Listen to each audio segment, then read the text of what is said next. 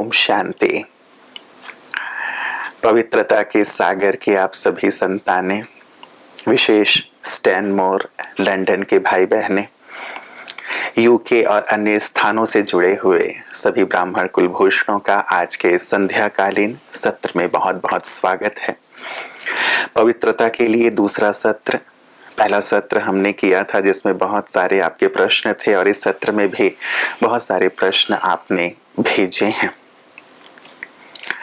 भारतवर्ष के शास्त्रों और बातों से जो भाई बहनें परिचित हैं वो जानते हैं कि तुलसीदास जी, उनकी पत्नी रत्नावली बहुत ही खूबसूरत हैं और तुलसीदास जी उन पे बहुत आसक्त थे। एक बार वो अपने भाई के साथ बिना बताए ही तुलसीदास जी को चली गई अपने मायके। अब ये इतने आसक्त थे कि आंधी तूफान से भरी हुई रात में ही ये चल पड़े, सब चीजों का सामना करते हुए। देखा कि नदी में बहुत बाढ़ है, फिर भी उन्होंने सोचा कि कोई लकड़ी मिल जाए ताकि मैं पार कर जाऊं। एक लाश बही जा रही थी, उसे लकड़ी समझ के पार कर गए। घर पहुंचे, आधी रात थी, सब दरवाजे बंद थे, आवाज सुनाई नहीं दे रही थी अंदर। तो अपनी पत्नी के कमरे में पहुंचने के लिए उन्होंने, कहा जाता है कि एक सर्प लटक रहा था, उसे ही रस्सी समझ के उसके कमरे में पहुंच गए। जब पत्नी ने देखा कि इस हालत में ये पहुंच गए हैं, तब उन्होंने कहा कि मेरी इस हाड़ मांस के विनाशी देह में जितने आप आसक्त हैं, उतनी ही आसक्ति, उतना ही प्रेम यदि प्रभु से होता तो आपकी नैया तो पार हो जाते। और कहते हैं तब ज्ञान चक्षु खुला और उन्होंने रामचरितमानस की रचना कर दी, जो आज भारतवर्ष में ही नहीं लेकिन विश्व भर में जहाँ जहाँ हिंदू हैं उसका अध्ययन करते हैं। एक सुंदर धर्म शास्त्र है। वहीं दूसरी ओर ये भी देखा जाता है कि जहाँ रत्नावली ने तुलसीदास जी को ईश्वर की ओर प्रवृत्त किया, साधना की ओर प्रवृत्त किया, वहीं एक लंबे काल के साधक विश्वामित्र जी की भी बात आती है कि उन्होंने गहन तप किया, साधना की, बहुत विद्वान थे, लेकिन मेनका ने अपनी सुंदरता से उनके ब्रह्मचर्य व्रत को, उनके तप को भंग किया। तो दोनों ही बातें हम सुनते हैं और जब ज्ञान मार्ग में चलते हैं तो लगातार बाबा रत्नावली की तरह हमें प्रवृत्त करते रहते हैं कि नहीं, काम क्रोध को छोड़ो, आगे बढ़ो, ईश्वर की ओर बढ़ो। और वहीं हम ये देखते हैं कि मेनका की तरह कई बार माया हमारी परीक्षाएं भी लेती रहती है, क्योंकि ये मार्ग लंबा है। कैसे हम अपनी पवित्रता को सुदृढ़ करें, श्रेष्ठ इस मार्ग पर आगे बढ़ें ताकि इसका हम आनंद भी ले सकें और साथ ही साथ सर्व ईश्वरीय खजानों से संपन्न हो सकें, क्योंकि हम जानते हैं कि जहाँ पवित्रता है वहीं परमात्मा है, जहाँ पवित्रता है वहीं सुख शांति समृद्धि है।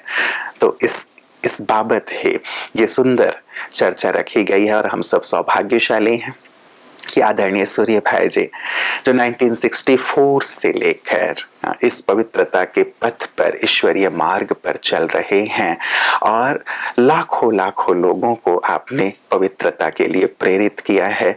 इस श्रेष्ठ मार्ग पर आपने उनका मार्गदर्शन किया है। आज भी भ्राता जी हमारे बीच हैं, उनका मार्गदर्शन हमें प्राप्त होगा और उनके प्रश्नों को भी, उनके उत्तरों को हम सुनेंगे जो प्रश्न आपने भेजे हैं। लेकिन उससे पूर्व मैं चाहूंगा कि भ्राता जी इस पवित्रता पर हमें सुंदर प्रकाश प्रदान करें। पश्चात हम आपके प्रश्नों को लेकर भ्राता जी की ओर बढ़ेंगे। आदरणीय सूर्य भाई जी। ओम शांति। पवित्रता परमात्म जायदाद है। बहुत सुंदर ये भगवान के शब्द हैं। उसने हमारी सोई हुई प्योरिटी को जगाया है और फिर से संपूर्ण पावन बनने का आदेश दिया है। केवल आदेश नहीं दिया, उसकी एक सुंदर विधि बता दी, एक गाइडलाइन प्रस्तुत कर दी हमारे लिए कि हमें पहले ब्रह्मचर्य अपनाना है, फिर देह के आकर्षणों से ऊपर उठना है, कर्मेंद्रिय जीत बनना है, मन बुद्धि पर अपना अधिकार करना है और फिर जो हमारे अंदर सूक्ष्म वृत्तियां रह जाती हैं, वासनाएं रह जाती हैं, उन पे विजय प्राप्त करना है। और फिर जो उससे जुड़े हुए, वासनाओं से जुड़े हुए और विकार हैं, ईर्ष्या द्वेष, तेरा मेरा, क्रोध, बहुत सारी इच्छाएं, अभिमान, इन सब पर भी विजय प्राप्त करके चित्त को निर्मल करना है। स्वप्न भी हमारे बिल्कुल क्लीन हो जाएं, काम वासना की सूक्ष्म इच्छाएं भी हमारी समाप्त हो जाएं। इसके लिए हमें ईश्वरीय रस लेने होते हैं। भगवान से इतना रस मिल जाए कि ये दैहिक रस हमें नेग्लिजिबल लगने लगे, बिल्कुल दे आर नथिंग। ऐसा हमें करना है। इसलिए कहा कि ये लंबी यात्रा है, इस पर हमें निराश बिल्कुल नहीं होना है, क्योंकि जितना जितना हमारा योग बल बढ़ेगा हम परमात्म सुखों को अनुभव करेंगे, सर्वशक्तिमान से शक्तियां मिलेंगी और देवान से हम न्यारे आत्मिक स्वरूप में स्थित होते जाएंगे। और एक चीज और, अपने पवित्र देव स्वरूप की स्मृति में रहेंगे, आत्मा के अनादि स्वरूप परम पवित्र की स्मृति में रहेंगे। प्योरिटी नेचुरल होती जाएगी, क्योंकि हमें प्योरिटी को नेचुरल बनाना, जबरदस्ती नहीं, सप्रेस करके नहीं अपनी फीलिंग्स को, लेकिन बहुत नेचुरल, जैसे हमारा नेचुरल संस्कार ही कंप्लीटली प्योर आत्मा हूँ ये है। तो हम एक साधना के मार्ग पर हैं, हमें अपने स्वप्नों को भी पूरा क्लीन कर देना है। और स्वप्न क्या है? जो इनकम्प्लीट डिजायर्स है मनुष्य के मन में, वो मनुष्य स्वप्नों में पूर्ण करता है। तो हमें इन वासनाओं की इच्छाओं को समाप्त करना है चिंतन के द्वारा। तो योग भी चाहिए, राजयोग, परमात्मा से कनेक्शन, और ज्ञान का बहुत अच्छा चिंतन भी चाहिए। प्योरिटी, ब्रह्मचर्य, होलीनेस, वाइसलेसनेस, ये जो अलग अलग शब्द हैं, इनके बारे में हमें बहुत क्लियर भी होना चाहिए। और कभी हम फ्रस्ट्रेट नहीं होंगे, क्योंकि ये युद्ध है। युद्ध में थोड़ी बहुत हार भी हो सकती है। हारने का अर्थ ये नहीं होता कि हम विषय विकारों में चले जाएं। हारने का अर्थ है कोई संकल्प आ गया, कोई स्वप्न आ गया, कोई छोटी मोटी भूल हो गई, उसको पार करके हम फिर से बहुत उमंग उत्साह में आगे बढ़ेंगे, तो निश्चित रूप से इस सर्वश्रेष्ठ मंजिल को हम प्राप्त करेंगे। और जब हम दृढ़ता लाते हैं ना, ये बात सभी अंडरलाइन कर लें, प्योरिटी का व्रत लेते हैं, अपने मन में दृढ़ता लाते हैं, तो ऑलमाइटी शिव बाबा की मदद हमें बहुत मिलती है। ये हजारों लाखों के अनुभव हैं। और जो दृढ़ नहीं रहते, ठीक है कर लेंगे, विनाश के समय कर लेंगे, अंत में हो जाएगा, अभी तो ये एंजॉयमेंट होने दो, वो ढीले रह जाते हैं और वो कभी नहीं कर पाते, क्योंकि लंबे समय के विजयी रतन ही अंत में संपूर्ण विजयी बनेंगे। तो बहुत सुंदर सब्जेक्ट है, आगे की चर्चा हम इस पे चालू रखते हैं। जी ब्रदर जी, आपने बाबा की सुंदर महावाक्यों को और इस श्रेष्ठ लक्ष्य को हमारे सामने रखा है। और मुझे लगता है ब्राह्मण आत्माएं जैसे ही ज्ञान में आती हैं तो ये सुंदर बातें उन्हें बहुत प्रेरित करती हैं, प्रभावित करती हैं, और इसीलिए इस मार्ग पर वो चलते हैं। लेकिन ये भी सत्य है कि चारों तरफ मेनकाएं भी हैं जो परीक्षा लेते हैं भाइयों के लिए, और बहनों के लिए भी इसी प्रकार कुछ होंगे। कीचक की बातें आती हैं शास्त्रों में जो शायद उनकी परीक्षा लेते हैं। तो जब इस प्रकार के लोग हमारे आसपास हों, खास करके फील्ड में हम यदि जॉब कर रहे हैं, इस प्रकार के लोग हैं जो हमारी ऐसी परीक्षा लेते हैं या जो हमारे इस पवित्रता के मार्ग पर बाधक बनते हैं, वहाँ कैसे अपने आप को हम श्रेष्ठ मार्ग पर आगे बढ़ाएं? ये एक बहुत ही प्रैक्टिकल प्रॉब्लम है सबके सामने, क्योंकि हो नहीं है ही जी, चारों ओर, चाहे ऑफिस में हो, घरों में भी, आप एकांत में घूम रहे हैं बगीचे में, वहां भी वाइब्रेशंस में ही इम्प्योरिटी है। और इसका कारण एक्चुअली तो किसी का दोष भी नहीं है। हम सतयुग से चली थी पवित्र आत्माएं, जन्म लेते लेते अब एंड में पहुंची हैं। ये बात सबको मालूम हो, ये कलयुग के एंड का समय है। तो इम्प्योरिटी अपने फुल फोर्स में है संसार में। बहुत युवक युवतियां जो चाहते नहीं है, परवश होकर इन चीजों में लग जाते हैं, फिर जीवन भर पछताते हैं, कोई जेल में पड़े हैं। तो ये विवशता है कलयुग के अंत का इफेक्ट। और आत्मा ने अपनी सारी शक्तियां खो दी तो इम्प्योरिटी बढ़ गई, देवान बढ़ गया। अब शिव बाबा ने आकर हमें एक ऐसी सुंदर चीज याद दिलाई जिसके कारण हमारे प्योर संस्कार फिर से जगने लगे, और वो है कि सृष्टि की बिगिनिंग में लंबे समय तक, हजारों साल तक तुम संपूर्ण पावन थे, प्योर थे। तो जो देवकुल की आत्माएं हैं उनको याद आ गया, ओ ये सत्य है, और उनके वो प्योरिटी के संस्कार जो उनके अनकॉन्शियस माइंड में दबे हुए थे, सो गए थे, वो जग जाते हैं और प्योरिटी इजी हो जाती है। तो चारों ओर जो वातावरण है उसके प्रभाव से हमें बचना है। और देखो मनुष्य जो क्लाइमेटिक इफेक्ट होता है दुनिया में, उसके प्रभाव से भी तो बचता है। अब बर्फ गिर रही है अमेरिका में, ब्रिटेन में, कहीं बर्फ गिर रही हो तो मनुष्य बचते हैं ना उससे। ये थोड़ा ही कि बर्फ में बाहर जाके खड़े हो जाएंगे, 1 घंटा खड़े हैं भाई चलो तो जम जाएगी इसके ऊपर, सेफ कर लेते हैं अपने को। ठंडी बहुत हो रही, लोग अपने घरों को गर्म कर लेते हैं, गर्म कपड़े पहन लेते हैं। गर्मी बहुत हो रही है, एसी चला लेते हैं। तो ये भी गंदगी फैल रही है ना चारों ओर। तेज आंधी चल रही हो, हम अपनी खिड़कियां बंद कर लेते हैं, अंदर चले जाते हैं। हम भी आत्मा होकर इस देह के अंदर बैठ जाएं, जैसे छुप गए हम इस देह रूपी मकान में। एक तो ये अभ्यास हमें करना है, ये हमें स्वीकार करना ही है कि चारों ओर गंदगी है, इम्प्योर वाइब्रेशंस हैं। कीचक एक नहीं, कीचक महाभारत में वर्णन है कीचक का। जब पांडव गुप्त वेश में रहे अपने वास में विराट राजा के पास, तो उसका मंत्री वो द्रौपदी को बहुत तंग करता था, तो रात को उसने भीम ने उसको मारा था। तो ये तो घर घर की कहानी है आजकल।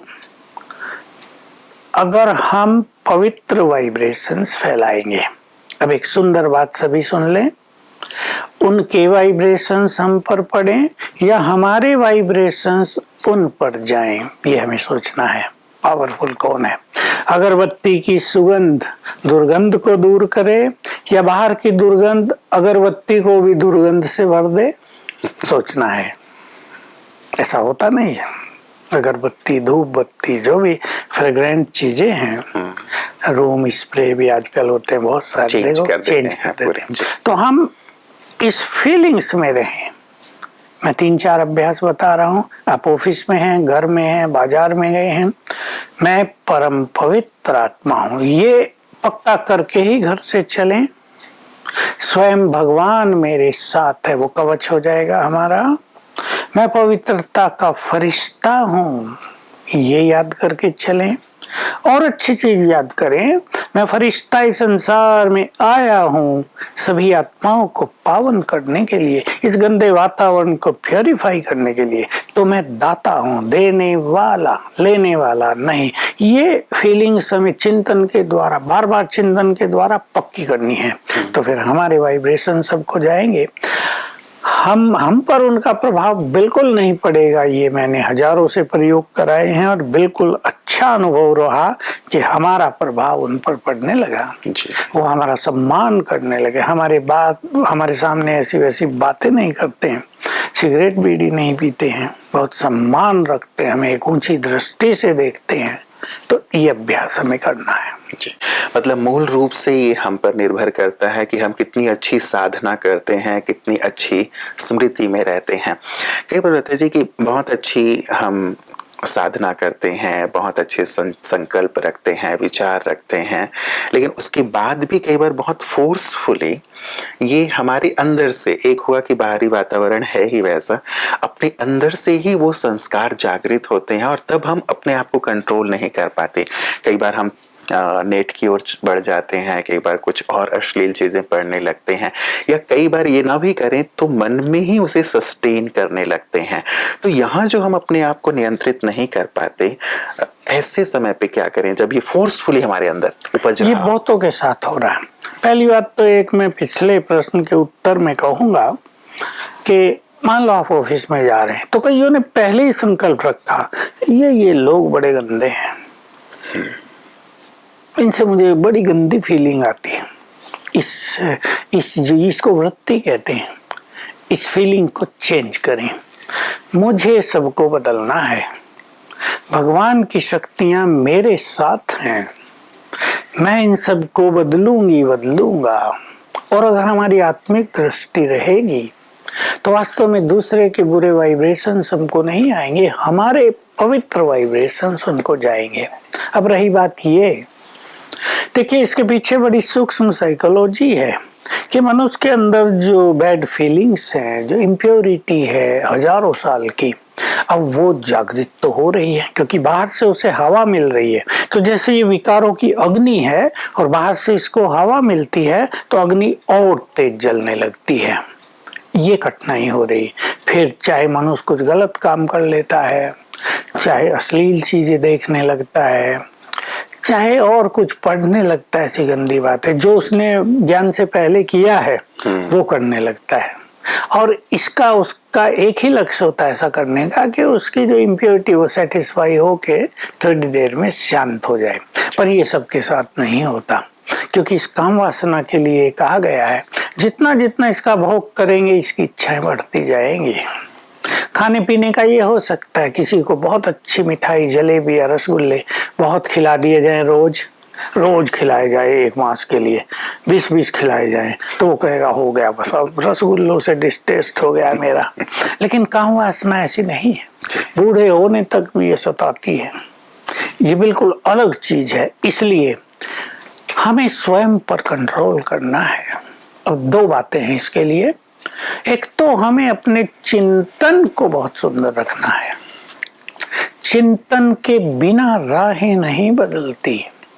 चिंतन कैसा हो हमारा, भाई अब हमने वो मार्ग छोड़ दिया, एक चिंतन, तो उस चीज की ओर हमें देखना ही नहीं है, हमने छोड़ दिया है वो मार्ग, वो हमारा मार्ग है ही नहीं। तो उससे जुड़ी हुई जितनी बातें हैं वो हम क्यों देखें, क्यों पढ़ें, ये अपने में बार बार दृढ़ता हमें लानी होगी। इस पे सभी ध्यान देंगे। बार बार कुछ 5-10 बात आप अपने पास ऐसे लिख कर रख लें। देखो मैंने भी ये सब साधनाएं की हैं कि भाई हमें अब ये नहीं करना है। मेरे अर्ली ईयर्स में मैं ये करता था, मैंने 12 बातें लिख के रखी थी। हिंदी में एक कहावत है, जिस आम के फल ही नहीं खाने, आम का एक पेड़ है उस पे सुंदर फल लगे हैं लेकिन हम उसे खा नहीं सकते, वो किसी और का है। तो जिस आम के फल ही नहीं खाने उसके पत्ते गिनने से क्या लाभ। जिस मार्ग पे हमें जाना ही नहीं है उसके बारे में बार बार सोचने से क्या लाभ। दूसरी बात लिखी थी, भगवान का आदेश है, अब हम भगवान की आज्ञा मानेंगे, अपने मन की नहीं मानेंगे। हमें अब अपने मन का मालिक बनना है और अपने मन को उसी डायरेक्शन में चलाना है जिस डायरेक्शन को हमें भगवान दे रहे हैं। ऐसी बातें हमने प्रतिज्ञा दी कर ली है, भगवान को वचन दे दिया है, उस वचन को देखकर हम वापस नहीं लेंगे। जिन्होंने वचन नहीं दिया वो लिख कर दे दे अपने परम पिता को, परम सद्गुरु को। ऐसे कुछ पावरफुल थॉट्स हमें अपने अंदर रखना चाहिए। और विशेष रूप से एक अभ्यास जो हमारी कंट्रोलिंग पावर को बढ़ाएगा। ध्यान से सुन लें आप, अव्यक्त महावाक्यों में आता है, मैं आत्मा इस देह की मालिक हूं, कर्मेंद्रियों की भी मालिक हूं, राजा हूं। ये भगवान के शब्द हैं। एक स्वमान की सीट, दूसरी स्वमान की सीट, सर्वशक्तिवान का टाइटल मुझे मिला है, तो मास्टर सर्वशक्तिवान हो, मास्टर ऑलमाइटी अथॉरिटी हो। ये 2 स्वमान है हमारे। इसकी सीट पर हम बैठे, सीट पर बैठने का अर्थ है इसके अभ्यास करते रहें। और तीसरा ले ले, मैं परम पवित्र आत्मा हूं, मुझसे पवित्र वाइब्रेशंस पूरे शरीर में फैल रहे हैं, कर्मेंद्रियों में फैल रहे हैं, जा रहे हैं, शक्तियां फैल रही हैं। ये अभ्यास 2 बार कर ले रोज, एक बार सवेरे, एक बार शाम को सोने से पहले 5-5 मिनट। तो कंट्रोलिंग पावर बढ़ेगी। इमोशंस जो बैड इमोशंस हैं वो डेड होते जाएंगे, प्योरिटी के जो प्योर इमोशंस हैं वो एक्टिवेट होते जाएंगे। और ये जो इफेक्ट हो रहे हैं ये हो ही रहे हैं, इसमें कोई ऐसी बात नहीं कि क्यों हो रहे हैं। ये अंत का समय है, बॉडी भी इम्प्योर है तो मन भी इम्प्योर है, तो एक्शंस भी इम्प्योर रहे हैं। अगर हम इस तरह करेंगे तो हमारे प्योर वाइब्रेशंस, मैं आपको याद दिला दूं, जिसकी ओर हम देख रहे हैं अब आने वाले समय की ओर, कि एक दिन आएगा इस पूरे संसार में प्योरिटी का रिवॉल्यूशन होगा। जैसे अब हर व्यक्ति काम वासना में लगा हुआ, इसको कहेंगे काम वासना का रिवॉल्यूशन है, इम्प्योरिटी का रिवॉल्यूशन है। ऐसे हर धर्म की हर आत्मा प्योर बनने की इच्छुक होगी, क्योंकि घर वापस जाने का समय आ जाएगा। तो प्योरिटी का रिवॉल्यूशन हमें लाना है, और इसके निमित्त वो बनेंगे जो अपने को एब्सोल्युटली प्योर कर लेंगे, जिसे वाइसलेसनेस कहते हैं। ये अभ्यास सभी करेंगे। जिस गली में नहीं जाना है उस गली का हम चिंतन न करें, या जिस देश में नहीं जाना है उसका नक्शा क्यों देखा जाए, एक बहुत सुंदर सा चिंतन है।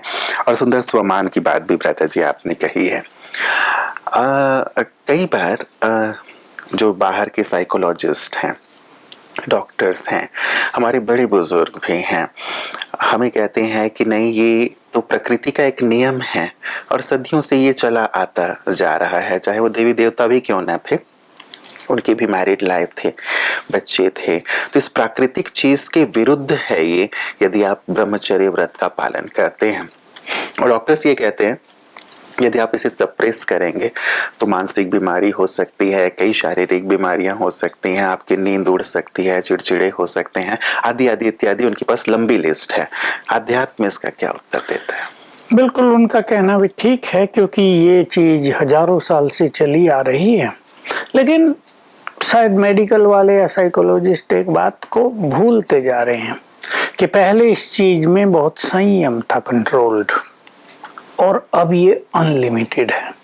इससे मनुष्य की शारीरिक शक्तियां भी नष्ट हो रही हैं, और इसके कारण ही उन्हें नींद भी नहीं आ रही। अति सेक्सुअल लोग भी रात को सो नहीं पा रहे हैं, क्योंकि सारी शक्तियां नष्ट कर दी है। मैं बुरा न माने कोई भी, पर मैं कहूँगा हमारी मेडिकल नॉलेज या हमारी साइकोलॉजी की नॉलेज परफेक्ट नहीं है, इनकम्प्लीट है। बहुत सारे अनुभवों से मनुष्य वंचित है। ये विद्वान या ये स्कॉलर्स, रिसर्च करने वाले, ये सब कुछ नहीं जान सकते। ये इम्प्योरिटी का मार्ग, ये जो आज दिखाई दे रहा है, ये शुरू में नहीं था। ये अब से 100 साल पहले भी नहीं था, और 500 साल पहले, 1000 साल पहले तो मनुष्य में बहुत प्योरिटी थी, चाहे वो क्रिश्चियन फिलोसफी वाले हों, और बहुत सारे जो फिलोसफर्स हुए हैं संसार में, जो फेमस हुए हैं, उन्होंने भी इसके बारे में बहुत कुछ कहा है कि मनुष्य को केवल संतान उत्पत्ति के लिए विषय भोग करना चाहिए। लेकिन वो चीजें तो छूट गई ना, इसलिए ये सबसे बड़ा पाप हो गया। अब आए हम दूसरे फील्ड में, भगवान जो ज्ञान का सागर है। असलियत में नॉलेजफुल वही है, ओशन ऑफ नॉलेज, जिससे सब कुछ पता है। उसने ये नॉलेज दी है कि sex lust is your biggest enemy. आजकल बिगेस्ट एनिमी हो गया है। और बल्कि उन्होंने तो एक और बहुत बड़ी बात कह दी, ये सबसे बड़ा पाप है।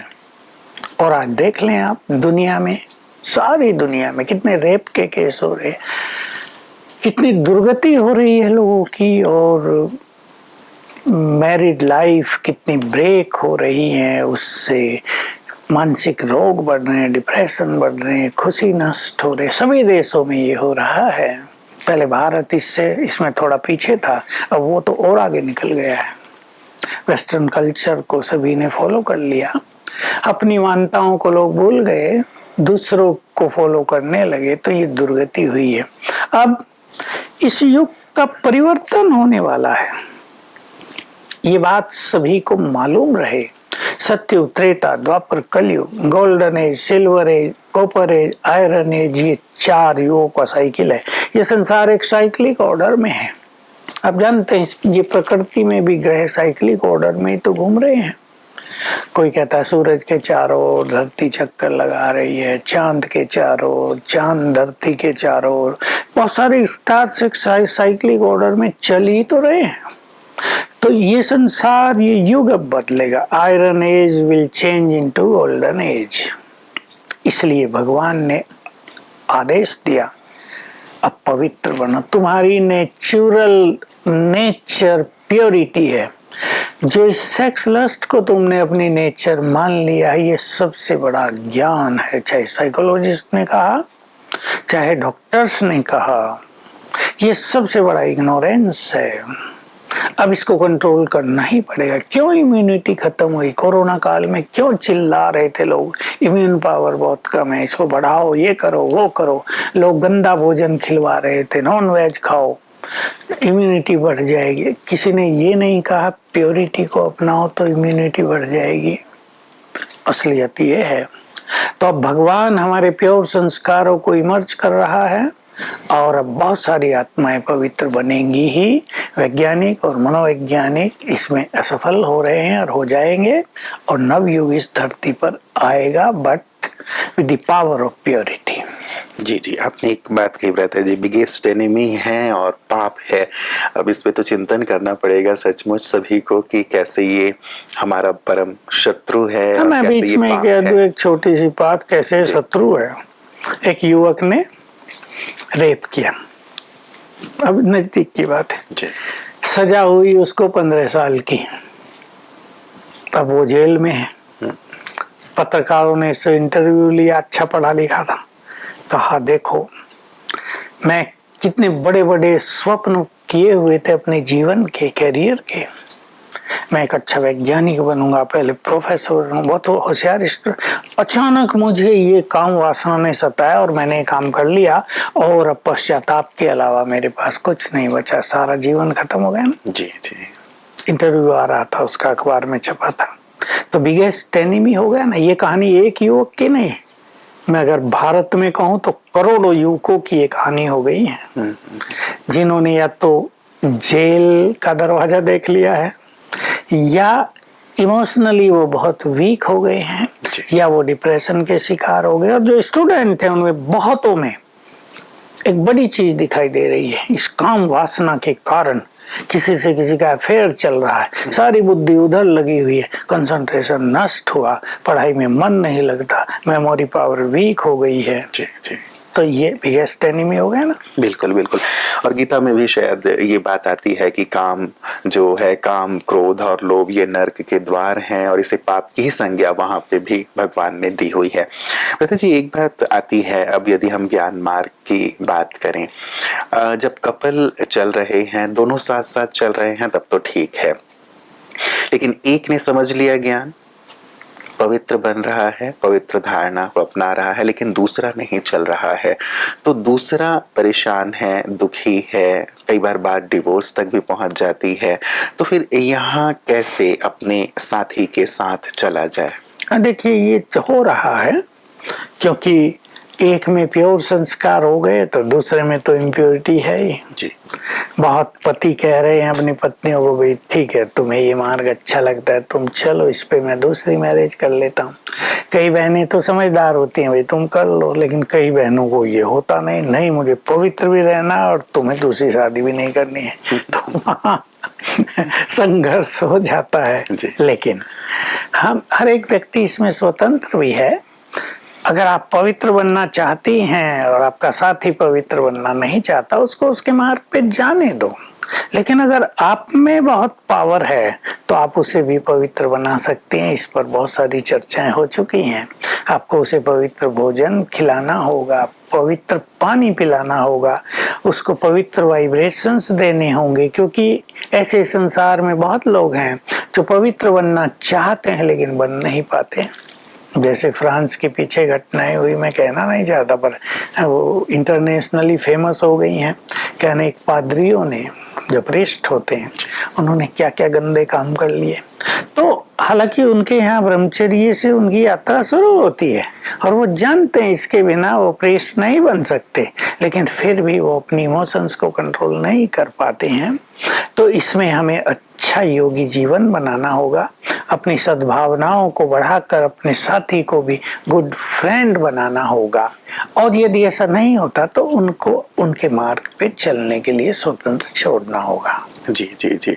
कई बार आर्थिक रूप से हम उतने ज़्यादा स्ट्रांग नहीं होते हैं या स्वतंत्र नहीं होते हैं, तो यहाँ पे फिर निर्णय करना हमारे लिए कठिन हो जाता बिल्कुल, है। बिल्कुल, ये बात थोड़ी प्रैक्टिकली एक प्रॉब्लम की आती है, लेकिन पवित्रता में इतनी बड़ी शक्ति है कि पवित्र जीवन अपनाने के बाद हम अपने जीवन को भगवान के हाथों में सौंप देते हैं, तो जो सारे संसार की पालना करने वाला है वो आपकी भी पालना करता रहेगा। इसमें बहुत स्ट्रॉन्ग विल की जरूरत है और मनुष्य अपना मार्ग निकाल ही लेता है। और मनुष्य को ये जानना चाहिए कि हमारा श्रेष्ठ भाग्य हमारे साथ है, भगवान हमारे साथ है, इसलिए भोजन खाने में, जीवन यापन करने में कोई कठिनाई नहीं होगी। कई बार रहता जी मन में ये विचार आता है कि जब हम ऐसे स्ट्रॉन्ग स्टेप लेते हैं तो कहीं ये डिससर्विस तो नहीं है, क्योंकि समाज में लोगों में एक गलत बात जाती है कि देखो ब्रह्मा कुमारियों ने इनको क्या सिखाया कि इनका घर ही टूट रहा है और ये मान नहीं रहे हैं, जिद्दी हो गए हैं, ये कैसा अध्यात्म है, ये कैसा ज्ञान हाँ, ये भी नेचुरल रूप से ये वातावरण तो बनता ही है, लेकिन घर तो आजकल बिना प्योरिटी के भी टूट रहे हैं, झगड़ों के कारण टूट रहे हैं, कितने टूट रहे हैं। चलो ज्ञान मार्ग पे चलने से तो 2-4 टूटेंगे, पर दूसरी फील्ड में जाने वाले तो सैकड़ों टूट रहे हैं, रोज हजारों टूट रहे हैं। ठीक बात है, कहीं कहीं डिससर्विस की बात भी होती है, पर प्योरिटी एक बहुत बड़ी शक्ति है। देखो, भारत में महात्मा गांधी ने जब स्वतंत्रता का आंदोलन शुरू किया, बहुत सारे स्टेप्स लिए, तो पवित्रता को मूल धारणा बनाया था। जो भी नेता आए थे, चाहे पंडित जवाहरलाल नेहरू आए, डॉक्टर राजेंद्र प्रसाद आए, मुस्लिम नेता बहुत सारे, भाई ब्रह्मचर्य का पालन करना है तो तुम देश को स्वतंत्र करा सकोगे, क्योंकि इसमें बहुत बड़ी ताकत है, बहुत बड़ी ताकत है। इसको संसार भूल गया है, तो हम अपनी इस पावर को पहचानेंगे तो डिसर्विस होगी थोड़ी सी, लेकिन सर्विस होगी उससे 100 गुना ज्यादा। इसलिए हमें ये निगेटिव नहीं सोचना चाहिए और ये सोचकर हमें अपने प्योरिटी के मार्ग को छोड़ नहीं देना चाहिए, क्योंकि अब ये भगवान की पुकार है। जैसे बच्चे पवित्र बनो, मुझे पवित्र आत्माओं की जरूरत है, क्योंकि ये संसार दुखों की खान बन चुका है। जैसे दुखों का सागर यहाँ लहरा रहा है, इसलिए इन दुखों को समाप्त करने के लिए पवित्र आत्माओं की जरूरत है। तो हम भगवान की सुनेंगे, हम भगवान के कार्यों में सहयोगी बनेंगे, मनुष्य तो जरूर हमारा विरोध करेंगे। जी जी जी, आपकी बात सुनते हैं या बाबा की मुरलियां सुनते हैं तो एक मन में सुंदर भाव तो आता ही है कि हाँ, ऐसा किया जा सकता है और शक्ति जागृत होती है। लेकिन कई बार मन में एक संशय का भाव भी आता है कि हम चल पाएंगे या नहीं चल पाएंगे। और इसका एक कारण है कि कई बार काफी लंबे समय से, जैसे मैंने विश्वामित्र की ही बात प्रारंभ में कही, लंबे समय तक चलने वालों को भी वो देखते हैं कि वो भी पराजित हुए और कई बार जीवन संघर्षमय हो गया, तो मन में एक द्वंद्व रहता है। तो इसे कैसे सकारात्मक करें? सुंदर क्वेश्चन है ये जिसने भेजा है। हमें विश्वामित्र नहीं बनना है, हमें अंगद और महावीर के समान बनना है, पावरफुल। हार मानने वालों की ओर नहीं देखना है, जीत पाने वालों की ओर देखना है। जो सक्सेस स्टोरीज हैं उनको सुनना है, फेलियर स्टोरीज को नहीं सुनना है। ये मार्ग ही ऐसा है कि इसमें बहुत लोग फेल होते हैं। जी, ज्ञान मार्ग पे चलने वाले भी कितने पुरुष लोग फेल हो रहे हैं, बहनें फिर भी स्ट्रॉन्ग रहती हैं। पुरुष लोग बहुत फेल होते हैं और उस फेलियर का कारण है कि वो योग अभ्यास पे ध्यान नहीं देते हैं। वो आते हैं, माँ बाप सुने, सेवाएं की, लगन में रहे, उमंग में रहे, योग 10-15 मिनट, आधा घंटा कर लिया, दैट्स ऑल। लेकिन जब तक 4 घंटे योगी न बने कोई डेली, बैठकर नहीं, स्मृति स्वरूप रहकर, तब तक प्योरिटी को स्ट्रॉन्ग नहीं कर सकता।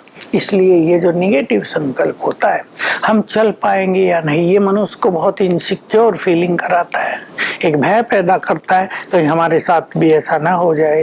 देखो फलाना था वो चला गया, फलानी थी वो चली गई, बड़ा नाम था उसका वो भी चला गया, कहीं हमारे साथ तो ना हो जाएगा। इससे तो हम उस विजन को बनाते हैं और उसका आह्वान कर रहे हैं कि हम भी जाएंगे। हम दृढ़ संकल्प करें, सारे चले जाएं, हम नहीं जाएंगे, भगवान हमारा साथी है, हमारा भविष्य सिक्योर है, भगवान साथ है, अरे वो हमारा हाथ पकड़ कर चलेगा। लेकिन योग बहुत अच्छा करेंगे तो ईश्वरीय सुख मिलेगा, उससे जीवन में दृढ़ता बहुत आएगी। जी जी जी। कई बार बाबा जब ये एक बात कहते हैं कि जो गिर गए, हार गए, थोड़ा जिनके मन में ये द्वंद्व चलता रहता है, वो तो जैसे 5वीं मंजिल से गिर गए या पथभ्रष्ट हो गए, अब बाबा उनकी ओर नहीं देखेंगे, आदि आदि। बाबा के महावाक्य थोड़े से कठोर से हैं, तो ये जब सुनते हैं, और नेचुरल है कि संस्कार हैं सब में, वातावरण है, बाहरी रूप से ना सही लेकिन मन में कभी ना कभी उतार चढ़ाव तो हो ही जाता है, तो यहाँ पे फिर व्यक्ति थोड़ा सा निराश हो जाता है। देखिए, भगवान पढ़ाता है, गुरु लोग भी जब अपने शिष्यों को बहुत स्ट्रॉन्ग करते थे इस मार्ग पे, तो कहते थे शेर की गुफा में एक रात बिता के आओ। देखो, डरते तो नहीं, जाओ वैश्याओं के पास एक रात बिता के आओ, तुम कितना स्ट्रॉन्ग है, मैं भी देखूं तुम भी देखो। जाते थे, स्ट्रॉन्ग बन के आते थे। बाबा की बातें ये कठोर हैं, सचमुच कठोर हैं। और जब कोई गिरा हुआ मनुष्य सुन लेता है कि 5 मंजिल से गिरे, हड्डगुट टूट गए बच्चे, अब चढ़ नहीं सकते, अब नहीं चढ़ोगे तो तुम्हारा पद गया, तुम तो ये हो जाओगे, वो हो जाओगे, तो और निराश हो जाए। तो निराशा के अंधकार में डूब जाता है मनुष्य। जी जी। लेकिन बाबा माना भगवान हमें स्ट्रॉन्ग करने के लिए स्ट्रिक्ट भी करते हैं। भाई कहीं कुछ चीज है और हमें बच्चों को बचाना है तो हम स्ट्रिक्ट करेंगे, माने ही जाना बिल्कुल भी। लेकिन बाबा की बातों को हमें बहुत पॉजिटिवली लेना है। बाबा हमें निश्चित रूप से डर भी पैदा कराते हैं कि बुराइयों से हम डरें, पाप कर्मों से हम डरें, क्योंकि हमें पुण्य आत्मा बनना है, हमें लाइट हाउस बनना है, हमें विश्व परिवर्तन करना है। लेकिन फिर भी अगर ऐसा कुछ हो गया हो तो ऐसी कोई बात नहीं कि गिर के मनुष्य नहीं उठता है। बाबा की दूसरी मुरली आप सुने, एक ही मुरली से सब कुछ नहीं जाना जा सकता, जिसमें बाबा कहते हैं बच्चे कुछ भूल हो जाए, तुम फेल हो गए, फिर से उठो, हिम्मत से आगे बढ़ो, तुम आगे निकल जाओगे, खोया हुआ राज मिल जाएगा। और ये देखा गया, मैंने तो बहुत लोग देखे हैं, कम से कम सैकड़ों तो देखे ही अपनी आंखों से, जो कुमार थे, गृहस्थ में चले गए, बच्चे हो गए, फिर आए हैं, बहुत तेजी से चल रहे हैं। उनको निश्चित रूप से उगलानी रहती है, मैं उनको जरा फिर खत्म कर देता हूँ उगलानी को कि नहीं, अब फिर से आ गए, ये तुम्हारा पार्ट था, अब तेजी से चलो। और कई ऐसे लोग बहुत तेजी से चल रहे हैं और वो भूल गए कि हमसे कुछ हुआ है। और देखिए, मनुष्य एक गलती कर दे, एक पाप कर ले और 100 पुण्य कर दे तो वो पाप फिर रहता नहीं है। इसलिए ऐसा निगेटिव होने की जरूरत नहीं, बाबा तो हमें जरा टाइट करता ही है। आपकी बातों से ब्रता जी दादी जानकी जी की भी बात याद आ गई। वो कहा करती थी, यदि पाप हो गया है तो इतनी ज्यादा पुण्य करो कि उसका जो बोझ है वो हल्का हो जाए और वो पुण्य का ही एक प्रताप और प्रभाव जीवन में। नहीं, दादी तो ये कहती थी, शरीर से पाप हो गए तो शरीर को सेवाओं में लगा दो। जी। तो जैसे सिख धर्म में भी है ना, कोई जरा सी गलती कर दे, जूते साफ करो, मंत्री भी जूते साफ कर रहा है, झाड़ू लगा रहा है, तो शरीर से गलती हुई है, मुख से गलती हुई है, तो शरीर से ही पुण्य कर देंगे जी, खत्म हो जाए उसका प्रभाव। तो इस बात को हमें ज्यादा सीरियसली ना लेकर के, यदि कोई गलती हुई हम आगे बढ़े, उन्नति की ओर अपने कदम बढ़ाएं। पता जी, ये एक प्रश्न है कि पवित्रता हमारी चारों सब्जेक्ट से कैसे जुड़ा हुआ है या कैसे आवश्यक है उनके लिए? क्या ये हर सब्जेक्ट में कहीं ना कहीं हमारी मदद करने वाला है, आगे बढ़ाने वाला है, बल देने वाला है तो कैसे? पहले तो मैं ये कहूँगा कि पास्ट का चिंतन ज्यादा ना करें। एक कपिल अभी आए थे मेरे पास, वो कुमार था और शादी हुई, पत्नी उसकी इतनी अच्छी आई कि उसको पवित्र बना दिया। ज्ञान में वो था, वो बाद में आई, लेकिन उसने उसको पवित्र बना दिया। अभी उसको बार बार रहता, अभी आए थे, अरे भाई मैंने क्या कर दिया, मेरा तो भाग कम हो गया, और वो उसे समझाती रहती है, तो मेरे पास लाए। मैंने कहा ये सोचने से क्या होगा, तुम वर्तमान की खुशी को नष्ट कर रहे हो। तुम्हारी पत्नी इतनी अच्छी पवित्र आत्मा, पुण्य आत्मा तुम्हें मिली है, हो सकता है इसके कल्याण के लिए तुमने शादी की हो, ये बच्चे कितने अच्छे, वो तो योग करते फर्स्ट क्लास, तुम 3 आत्माओं का और कल्याण कर रहे, तो तुम्हारा वो पाप तो वैसे ही खत्म हो गया, इसलिए हल्के हो जाओ। तो बहुत ही पॉजिटिव हमें रहना है और पास्ट को पूरी तरह से भूल जाना है। जितना प्योरिटी बढ़ेगी, बुद्धि हमारी स्वच्छ होगी, क्लीन होगी, पवित्र होगी और ज्ञान की धारणा बुद्धि में बहुत जल्दी होगी। ज्ञान के जो ईश्वरीय नशे हैं, जो बाबा महावाक्यों में बताता है, उसकी खुशी जीवन में, डीप साइलेंस, ये सब हमें अनुभव होती रहेगी। और ज्ञान हमें मदद करता है प्योर बनने में। हमें ज्ञान ही तो मिला है प्योरिटी का, जो ज्ञान साइकोलॉजिस्ट के पास नहीं है, क्योंकि उन्होंने तो प्योरिटी को इग्नोर कर दिया। मेडिकल वालों ने भी प्योरिटी को इग्नोर कर दिया, तो प्योरिटी का कोई ज्ञान ही नहीं है वहाँ। शास्त्रों में भी लिख दिया ब्रह्मचर्य बड़ी तपस्या है, इसको अपनाओ, नहीं अपना पाए लोग, क्योंकि इसका डिटेल ज्ञान नहीं है। हम अपनी कर्मेंद्रियों को योग बल से कैसे शीतल करें, हम अपनी भावनाओं को, अपनी वासनाओं को कैसे शांत करें, उस वैक्यूम को भरें।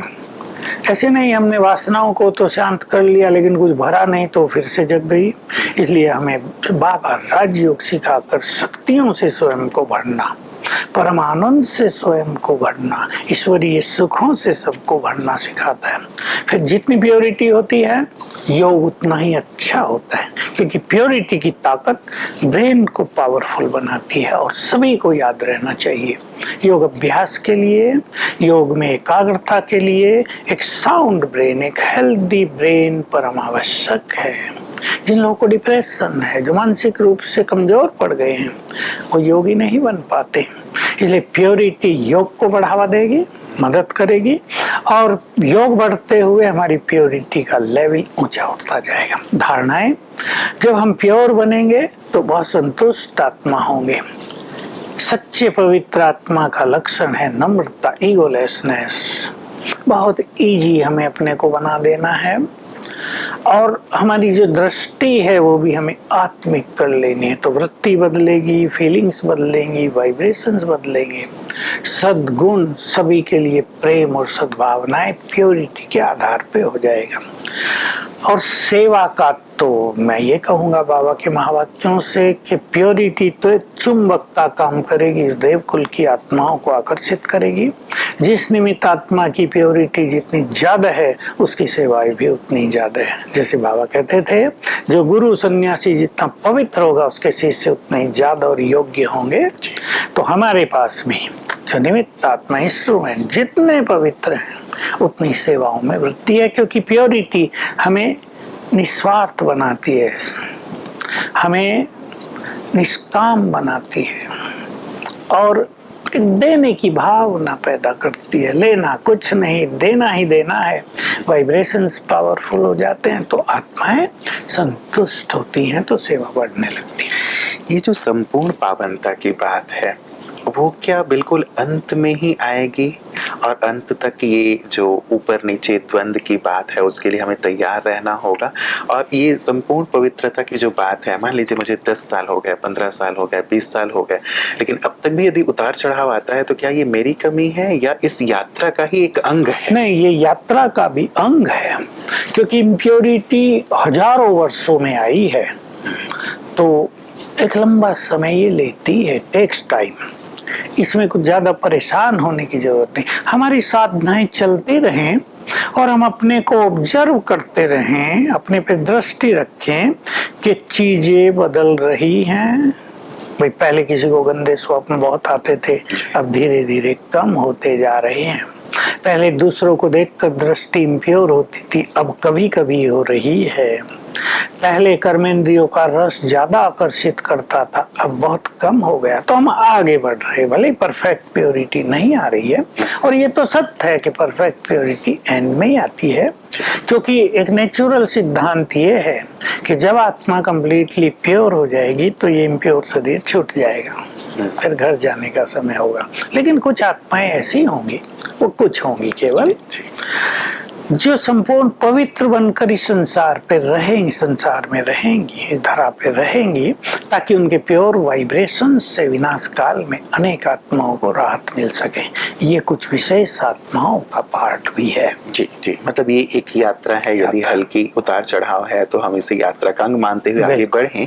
और साथ ही जैसे एक आपने बात कही व्रता जी की हम कुछ पैमाने भी देखते चलें कि हाँ, यदि इस प्रकार से उन्नति होती चल रही है तो हम आगे की ओर ही बढ़ रहे हैं। वर्तमान समय के अनुसार आप सबसे मिलते हैं, देश के हों या विदेश के हों, सभी भाई बहनों से कौन सी ऐसी बातें आपको लगती हैं जो कहीं ना कहीं इम्प्योरिटी को जागृत करने वाली हैं, जिन पर ध्यान रखने की सभी ब्राह्मणों को आवश्यकता है? बिल्कुल, लोग मिलते हैं और कई लोग अपनी पर्सनल बात करते हैं अलग से। कई बुजुर्ग लोग आते हैं और कहते हैं भाई हम लंबे समय से ज्ञान योग के मार्ग पे भी हैं और हमारी साधनाएं भी अच्छी रही और हम 80+ हो गए हैं, still we have to face impurity. तो बेचारों को लज्जा भी आती है। मैंने कहा लज्जा नहीं करो, मैं इन सब बातों को जानता हूँ, इसमें लज्जा की कोई बात नहीं है, क्योंकि वो केवल शरीर से रिलेटेड नहीं है प्योरिटी, वो तो मन से भी रिलेटेड है ना। तो हम उनको बहुत हल्का करते हैं। इसमें कई चीजें आजकल दिखाई दे रही हैं जो बाबा ने बहुत पहले बता दी थी कि जब तुम अंत के समय के समीप पहुंचोगे तो बाहरी इम्प्योर वातावरण के कारण तुम्हारे अंदर छुपी हुई इम्प्योरिटी भी जग जाएगी। ये बहुतों में दिखाई दे रहा है। बहुत लोग ये कहते हैं कि पहले हम बहुत अच्छे थे, इसके लिए हमारे मन में उमंग उत्साह था, प्योर संस्कार जागृत हो, धीरे धीरे वो दबकर इम्प्योरिटी जागृत होने लगी। ये आजकल बहुत हो रहा है। तो इसके लिए बहुत अच्छी साधना है 5 स्वरूपों का अभ्यास।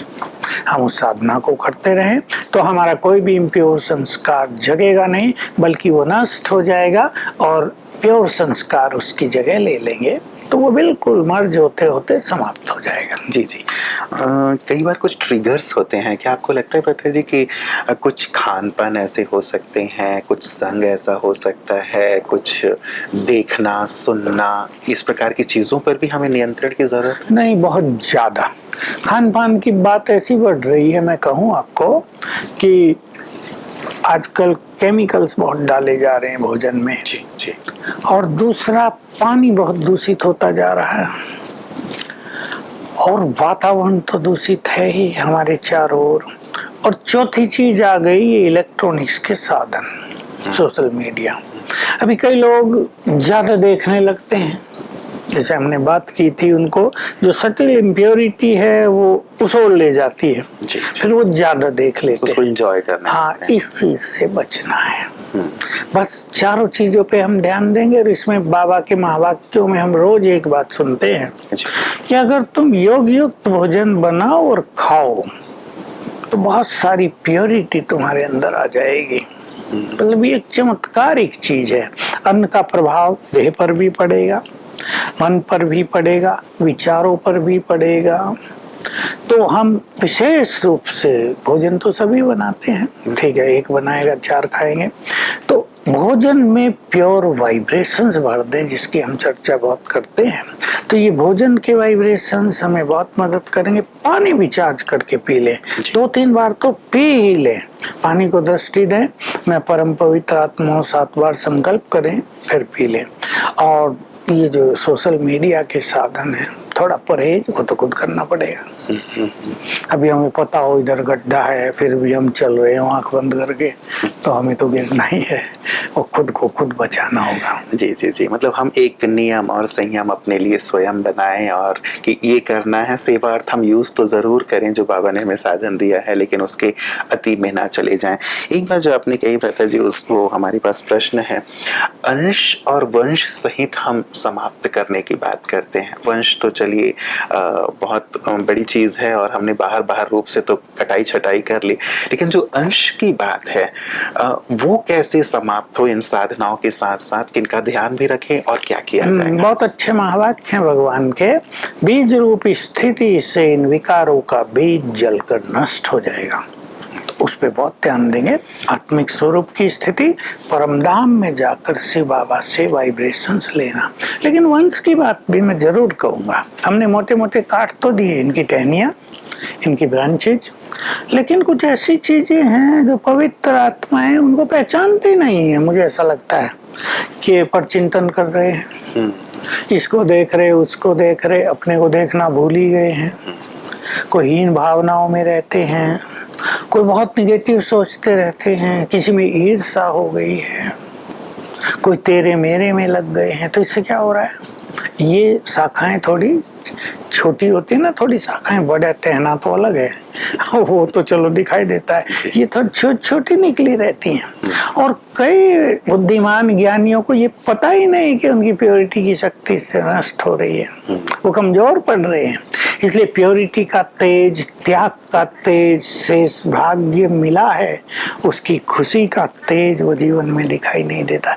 इनको काटना पड़ेगा। जी जी जी जी, मैं वही इस प्रश्न पे मेरा भी ध्यान जा रहा था बेटा जी कि कई बार थोड़ी लंबे समय तक ज्ञान में चलने के बाद हमें लगता है कि हम तो पवित्र ही हैं, हमारा जीवन ही अच्छा हो गया है, अब तो मार्ग ही यही है, तो शायद ये कुछ चीजों पे हमारा ध्यान बिल्कुल भी नहीं। बिल्कुल ये होता है, क्या होता है कि एक व्यक्ति व्यर्थ सोच रहा है और वो रहता है इस उसमें चिंतन में, वो ये कर रहा, अपने को बिल्कुल नहीं देखते हैं, दूसरों को देखने में लगे हुए। तो क्या होता है, प्योरिटी की पावर डाउन होते होते इम्प्योरिटी खींचने लगती है। कोई भी हो, समर्पित हो, बूढ़ा हो, छोटा हो, सबके साथ ये इक्वली होगा।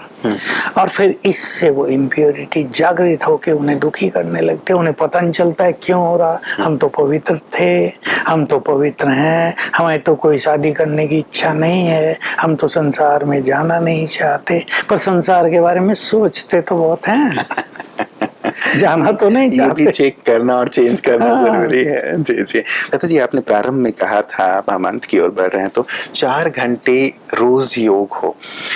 अब जिसका योग ही नहीं लगता है, बेचारे बैठते भी हैं, एकाग्रता नहीं होती। अब ये वाली भी बात है कि लंबे समय से ज्ञान में आप किसी को कह भी नहीं सकते कि हमारा योग नहीं लगता, लेकिन ये भी फैक्ट है, आपसे तो मिलते होंगे लोग, कि मन एकाग्र नहीं होता, शांत नहीं होता, योग में बैठते हैं लेकिन फॉर द नेम सेक।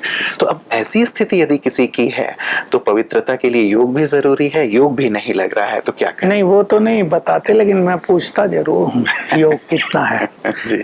भाई जी बस है, करते हैं बाबा को याद ऐसे बोल देते हैं। जी जी, मैं समझ जाता हूँ कि बाबा बाबा ही करते हैं, बाकी कुछ आता नहीं है इनसे, क्योंकि योग एक डीप सब्जेक्ट है और वो बिना अनुभवों के जाना भी नहीं जा सकता।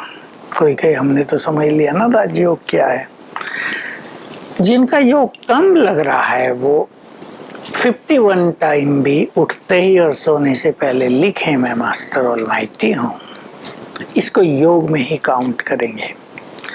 सारे दिन में 3 स्वमान तो ले ले कोई भी, उसका अभ्यास करें। या जो सुनते हो, हम मुरली चिंतन भेजते हैं, लाखों लोग सुन रहे हैं, उसके लास्ट में आज का पुरुषार्थ बताते हैं, उसको 5, 7, 10 बार कर लिया जाए।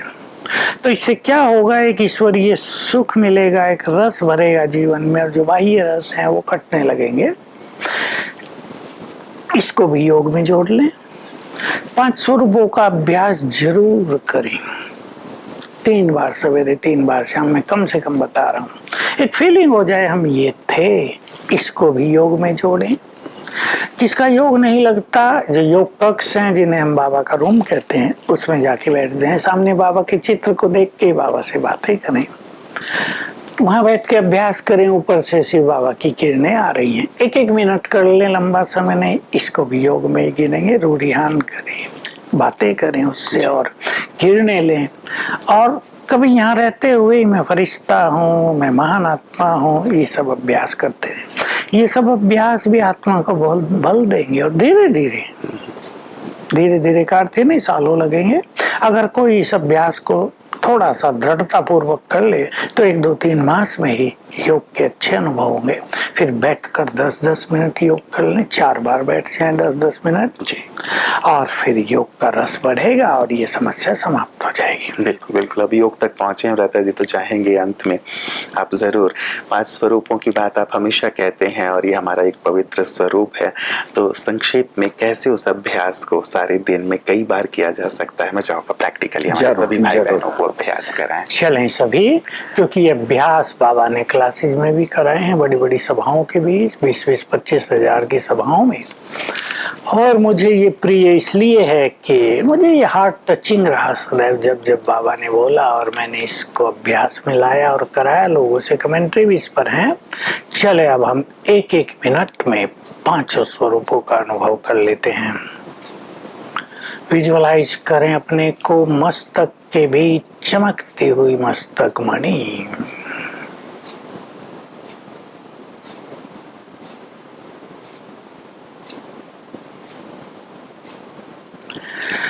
मैं परम पवित्र हूँ।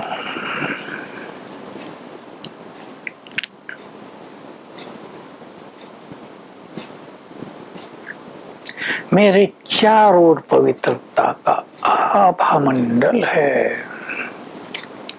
देखें अपने चारों ओर प्योरिटी की लाइट।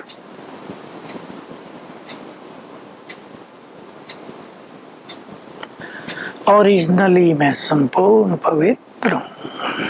सुंदर संकल्प देंगे अपने को, मैं हूँ।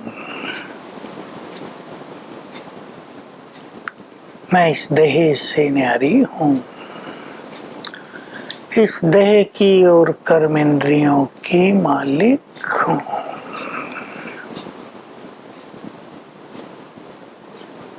फील करें मुझसे निकली हुई पवित्र किरणें पूरे ब्रेन में फैल रही हैं, पूरे शरीर में फैल रही हैं।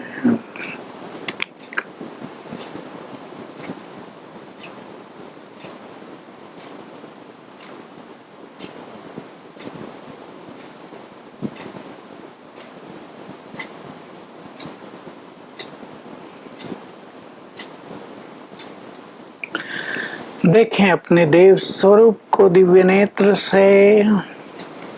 परम धाम से जब मैं आत्मा नीचे उतरी तो इस देव स्वरूप में थी कंचन काया। सिर पर डबल ताज था। मैं सर्वगुण संपन्न संपूर्ण निर्विकारी थी।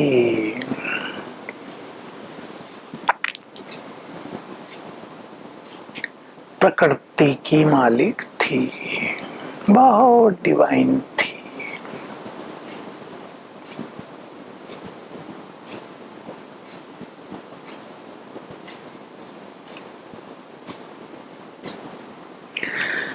मैंने 21 जन्म इस दिव्य स्वरूप में लिए।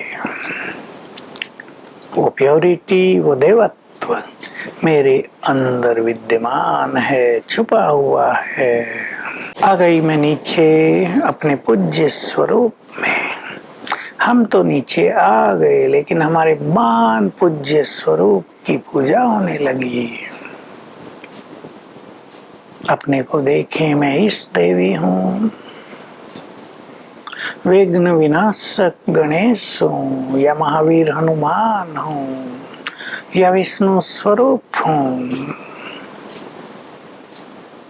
मंदिर में हूँ।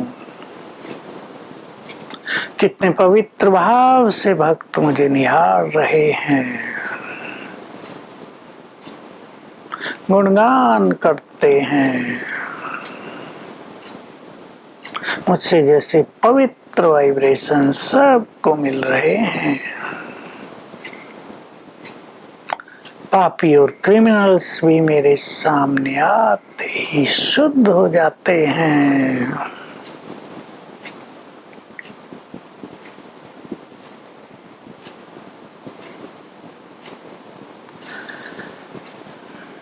मैं ब्राह्मण हूँ, पवित्रता के द्वारा श्रृंगारित हूँ। भगवान ने मुझे प्योरिटी का वरदान दिया है।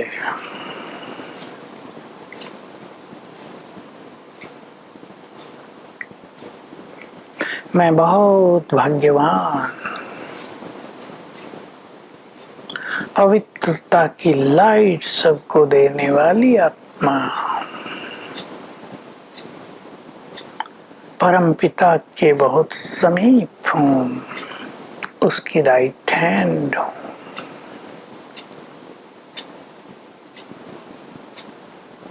मैं फरिश्ता हूँ, आत्मा चमकती हुई प्रकाश के शरीर में बैठी हूँ। पवित्रता का फरिश्ता हूँ,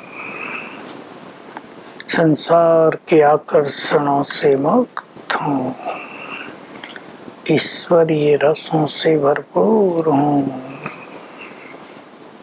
संसार को पावन करने के लिए अवतरित हुआ हूँ।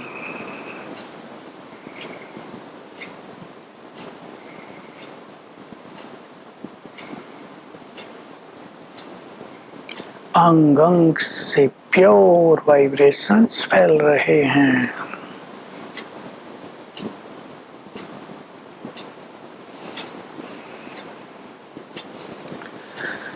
मैं श्रेष्ठ आत्मा हूँ।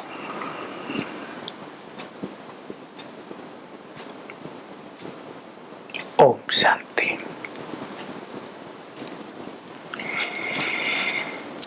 बहुत बहुत शुक्रिया भ्राता जी, सभी भाई बहनों की ओर से जो आज हमारे साथ जुड़े हुए हैं। निश्चित रूप से सभी को पवित्रता के लिए बहुत ही गहन और ठोस बातें प्राप्त हुई हैं और बस अब उसे अपने जीवन में लाने की आवश्यकता है, प्रैक्टिस में लाने की आवश्यकता है।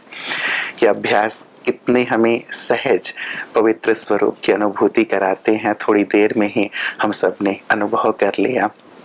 सचमुच बाबा भी हमसे यही चाहते हैं कि हम सुंदर योग के अभ्यास के द्वारा, ज्ञान के बल के द्वारा अपने इस धारणा को मजबूत करते चलें। क्योंकि यदि आप शास्त्रों की ओर देखें, संसार की ओर देखें, तो सचमुच पवित्रता एक ऐसी सुंदर धारणा रही है हमेशा से ही, जिसका गायन, वंदन, पूजन होता रहा है। कन्याओं की भी पूजा नवरात्रि का समय चल रहा है, इसीलिए किया जाता है क्योंकि वो पवित्र हैं, पैर छूते हैं सभी उनके, कोई उन्हें अपने पैर नहीं छूने देता। लेकिन विवाह के पश्चात जैसे ही ब्रह्मचर्य का खंडन होता है, वैसे ही वो सबके पैर छूने लगती है। संन्यास धर्म में भी आप देखें, सन्यासी पावन है, इसीलिए सब उनके पैर छूते हैं। तो जहाँ कहीं भी हम देखें, शास्त्रों की ओर देखते हैं, तो इसकी तो अथाह गायन की गई है कि ब्रह्मचर्य से ही देवताओं ने मृत्यु पर जीत प्राप्त की। जो ब्रह्मचर्य एक धारणा है, यदि वो व्यक्ति अपने जीवन में अपनाता है तो चारों वेदों का जैसे फल प्राप्त हो जाता है। जब इतनी महत्ता है, इतनी विशेषता है, तो क्यों ना, और परमात्मा तो हमें आते ही ये बात कह चुके कि ये एक सुंदर धारणा अपने जीवन में लाओ, तभी संसार स्वर्ग बनेगा, तुम्हारा भी जीवन स्वर्ग बनेगा। तो हमें अपने भी जीवन को स्वर्ग बनाना है, संसार को भी स्वर्ग बनाना है। इसलिए बहुत दृढ़ता से इस सुंदर धारणा को अपने जीवन में लाते चलना है।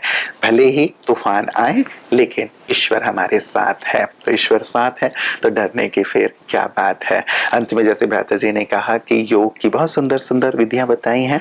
अगली मास जब हम मिलेंगे तो योग की अन्य सूक्ष्म और गुह्य विधियों पर चर्चा करेंगे, क्योंकि योग ही इन धारणाओं को भी जीवन में बहुत सहज और सरल कर देता है। दिल से आप सभी का बहुत बहुत शुक्रिया। आपका जीवन सुखद और मंगलमय हो। इन्हीं शुभकामनाओं के साथ ओम शांति।